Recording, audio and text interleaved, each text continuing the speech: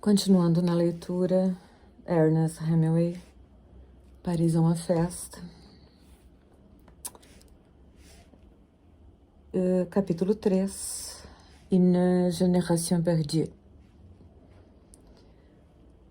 Foi fácil adquirir o hábito de parar na Rue de Fleury, 27, ao fim da tarde, em busca de aquecimento, dos grandes quadros e do bate-papo. Frequentemente, Miss Stein não tinha visitas. Mostrava-se muito amiga e durante muito tempo foi até afetuosa. Quando voltava das viagens que fazia para a cobertura de diversas conferências políticas, reportagens no Oriente Próximo ou na Alemanha, por conta do jornal canadense ou da agência de notícias para os quais trabalhava, ela queria que lhe contasse todos os detalhes divertidos. Sempre havia coisas engraçadas a contar e ela gostava de ouvi-las, apreciando também aquilo que os alemães chamavam de histórias de humor negro. Miss Stein queria conhecer o lado alegre do que se passava pelo mundo, nunca o lado real, nunca o lado mau. Eu era jovem e nada sombrio, e como sempre havia coisas estranhas e cômicas acontecendo nos piores momentos, Miss Stein gostava de ouvi-las. Das outras coisas eu não falava, preferia escrever sobre elas. Quando não tinha voltado de viagem alguma e ia até a Rue de Fleury para um bate-papo depois do trabalho, procurava às vezes conseguir que Miss Stein falasse sobre livros. Quando eu estava escrevendo, tinha necessidade de ler qualquer coisa nos momentos de descanso. Se ficasse pensando no trabalho, perderia meu tema antes de poder continuá-lo no dia seguinte. Tinha que fazer exercício, cansar o corpo, e era ótimo fazer amor com quem se amava. Isso era melhor do que qualquer outra coisa. Mas depois, quando me sentia vazio, era preciso ler para não pensar no trabalho, nem me aborrecer com ele até poder retomá-lo. Já tinha aprendido a nunca esvaziar completamente meu poço literário, deixando que à noite as fontes que o alimentavam tornassem a enchê-lo. Para manter o espírito afastado do que escrevia, às vezes, depois de ter trabalhado, lia escritores que estavam em plena atividade naquele tempo, tais como Aldous Huxley, D.H. Lawrence ou quaisquer outros, cujos livros eu pudesse obter na biblioteca de Sylvia Beach ou comprar nos sebos ao longo do cais.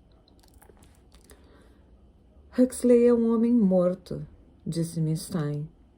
Por que você quer ler um homem morto? Você não vê que ele está morto? Não achava, então, que ele fosse um homem morto, e respondi que seus livros me divertiam e me esvaziavam a cabeça. Você devia ler apenas o que é verdadeiramente bom ou francamente mau. Estive lendo livros verdadeiramente bons durante todos os invernos, como fiz no último e como farei no próximo. Para dizer a verdade, não gosto de livros francamente maus. Por que então lê essa droga? É uma droga empolada, Hemingway, escrita por um morto. Gosto de ver o que estão escrevendo, disse eu, e descanso o espírito enquanto faço isso. Quem mais você está lendo agora?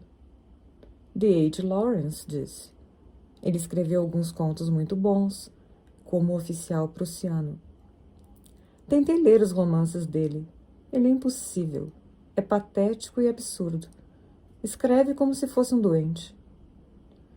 Gostei de Filhos e Amantes e de Pavão Branco, disse. Talvez deste não tanto. Não consegui ler Mulheres Apaixonadas. Se não quer ler o que é mau e deseja alguma coisa que prenderá o seu interesse e é maravilhosa à sua maneira, deveria ler Marie Belloc Lowndes. Nunca tinha ouvido falar dela, e Miss Stein emprestou-me o inquilino, essa maravilhosa história de Jack o Estripador, bem como outro livro sobre o assassinato num lugar afastado de Paris que só podia ser em Jean-les-Bains. Eram ambos livros esplêndidos para depois do trabalho, as personagens dignas de crédito, o enredo e o terror nunca soando falsos. Eram mesmo perfeitos como leitura para depois do trabalho, e li tudo o que havia de Miss Belloc Lowndes. Eram poucos livros, nenhum tão bom como os 2 primeiros, e nada foi tão bom como eles para as horas vagas do dia ou da noite, até surgirem os primeiros belos livros de Simenon.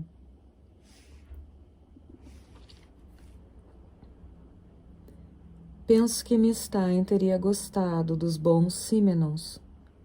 O primeiro que li foi o L'Église número 1 ou La Maison du Canal. Mas não tenho certeza, porque quando conheci Miss Stein, ela não gostava de ler em francês, embora adorasse falá-lo. Janet Flanner deu-me os primeiros 2 Simenons que li. Ela adorava ler em francês e já lia Simenon desde quando ele era repórter policial.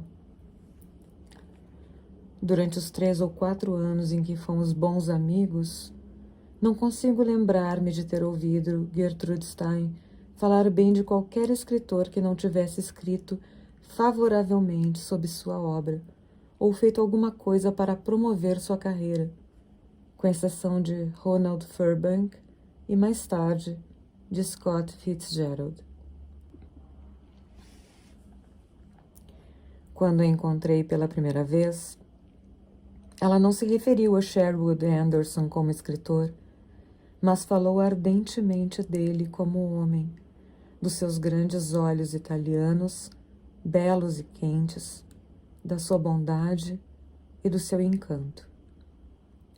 Pouco me importava com os grandes olhos italianos belos e quentes de Sherwood Anderson, mas gostava muito de alguns de seus contos. Eram escritos de modo simples e às vezes com elegância de estilo. Ele conhecia as pessoas a respeito de quem escrevia e se interessava profundamente por elas. Miss Stein não quis falar de seus contos, mas somente dele como pessoa. O que acha dos romances dele? Perguntei, mas foi em vão. Negava-se a falar das obras de Anderson, como também das de Joyce. Se alguém se referisse 2 vezes a Joyce, não seria convidado a voltar. Era como fazer referências elogiosas a um general na presença de outro general. Você aprende a não fazer isso na primeira vez que comete o erro. Pode-se, contudo, mencionar o nome de um general desde que tenha sido derrotado pelo general com quem se está falando.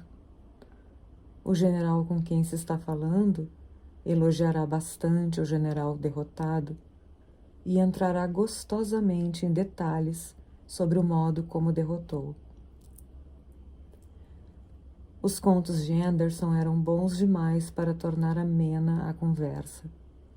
Eu estava disposto a dizer a Miss Stein o quanto me pareciam estranhamente pobres os romances dele, mas isso teria sido mal também, porque seria criticar um dos seus mais leais defensores.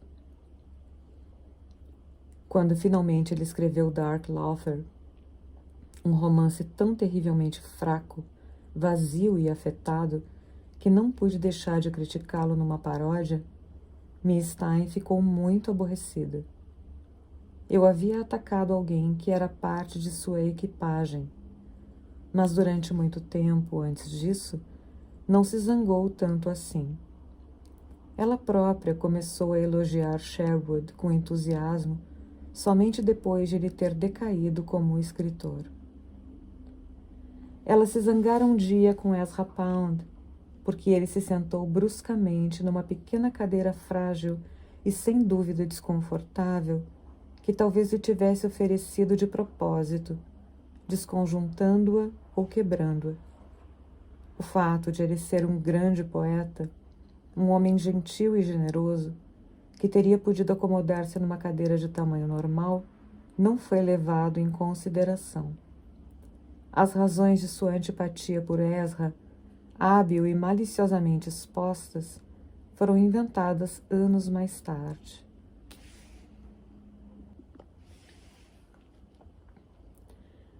Foi quando minha mulher e eu regressamos do Canadá e passamos a morar na Rue Notre-Dame-des-Champs, sendo Miss Stein e eu bons amigos ainda, que ela me fez a observação sobre a geração perdida. Tinha tido algum contratempo com o arranque do velho Ford modelo T, que dirigia então. O rapaz que trabalhava na oficina mecânica e tinha combatido no último ano da guerra não se mostrava competente no tal concerto do Ford Mustang, ou talvez não lhe tivesse dado prioridade sobre outros veículos. Seja como for, ele não tinha sido sérieux e fora severamente repreendido pelo patrão da garagem diante do protesto de Mustang. O patrão lhe dissera: "Vocês todos são uma geração perdida." "É isso mesmo que vocês são. É isso que vocês são", disse Mustang. "Todos vocês, essa rapaziada que serviu na guerra. Vocês são uma geração perdida." "Você acha?" perguntei. "São", insistiu ela. "Vocês não têm respeito por coisa alguma. Vocês bebem até morrer." "O tal mecânico estava bêbado?" perguntei. "Evidentemente que não." "Já me viu bêbado alguma vez?" "Não, mas seus amigos são bêbados." "Tenho ficado bêbado algumas vezes", disse, "mas jamais estive aqui nesse estado." "Claro que não, não disse isso." "O patrão do rapaz é que estava provavelmente bêbado às 11 horas da manhã", disse eu. "É por isso que diz frases tão encantadoras." "Não discuta comigo, Hemingway", disse Miss Stein.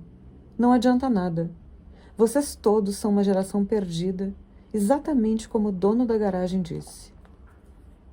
Mais tarde, quando escrevi meu primeiro romance, procurei contrabalançar a citação que Miss Stein fizera do dono da garagem com outra do Eclesiastes. Naquela noite, caminhando de volta para casa, pensei no rapaz da garagem e me perguntei se ele teria sido transportado alguma vez num daqueles veículos convertidos em ambulância. Lembrei-me de como costumavam queimar os freios, descendo estradas de montanha com uma carga completa de feridos, engrenados em primeira, e finalmente, até mesmo na marcha ré, e de como os últimos modelos T foram jogados despenhadeiro abaixo, quando substituídos por grandes Fiats com boas caixas de mudança e freios de metal.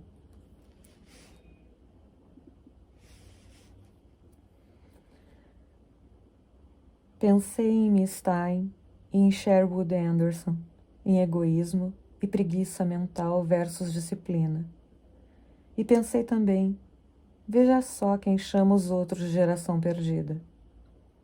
E então, quando me aproximei do Closerie de Lilas, os refletores iluminando meu velho amigo, a estátua do Marechal Ney com sua espada desembainhada, as sombras das árvores batendo no bronze e ele sozinho ali, sem ninguém atrás dele. Lembrei-me de seu fiasco em Waterloo e concluí que todas as gerações eram perdidas por alguma coisa. Sempre tinham sido e sempre haveriam de ser. Parei no Lilá para fazer companhia à estátua e beber uma cerveja gelada antes de ir para casa, para o apartamento sobre a serraria.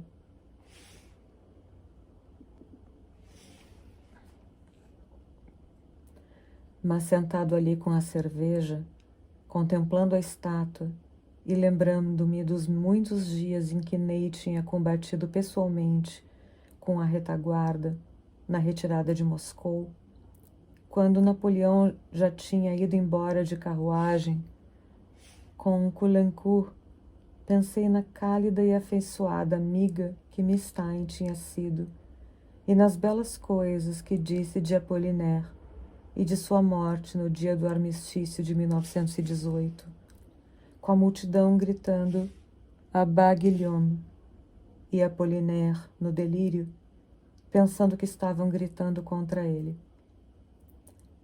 Prometi-me fazer tudo para servir a Miss Stein e ajudá-la a obter reconhecimento pela boa obra que fez enquanto eu pudesse, com as graças de Deus e de meu amigo Ney. Mas que fossem para o inferno sua conversa mole sobre a tal geração perdida e todos os rótulos sujos e fáceis.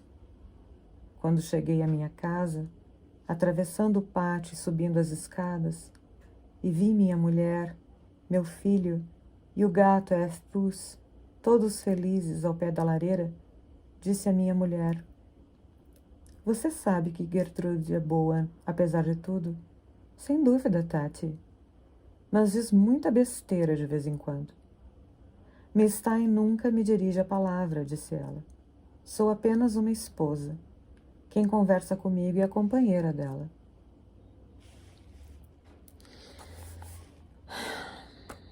Espero que vocês tenham gostado. Até o próximo capítulo.